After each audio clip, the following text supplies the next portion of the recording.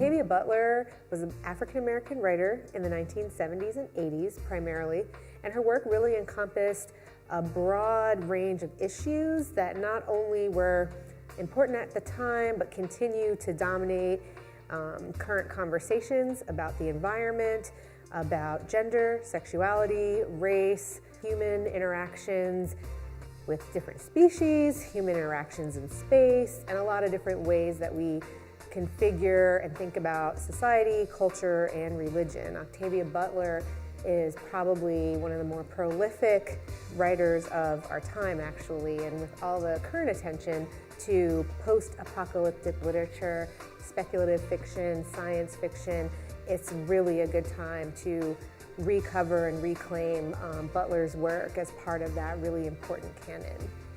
Folks are talking a lot about Margaret Atwood's The Handmaid's Tale because of the TV series, and we're talking about George Orwell because of the election last year, and we really should be talking more about Octavia Butler, who offered a vision of a world that we're actually living in right now with climate change and a variety of other things. People are reimagining her work in other ways. So Toshi Regan has created an opera based on the book Parable of the Sower, which we're hoping to bring to campus in spring of 2019.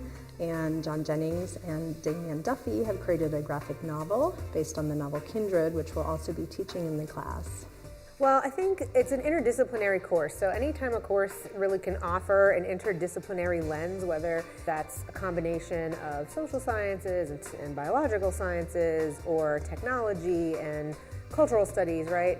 It's usually a good idea to look for classes that are going to take you in multiple directions in terms of critical thinking and exposure to different discourses.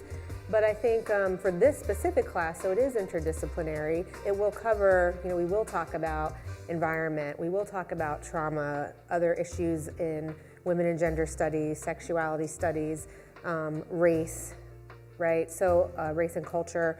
So there's a lot that we can offer. I think it's a great opportunity to learn more about an author who isn't as well known as she should be, who again is having her time, and I think that this gives us a chance to look at her entire body of work and to think about the contributions of an African-American woman in the 20th century commenting on these really provocative and profound issues.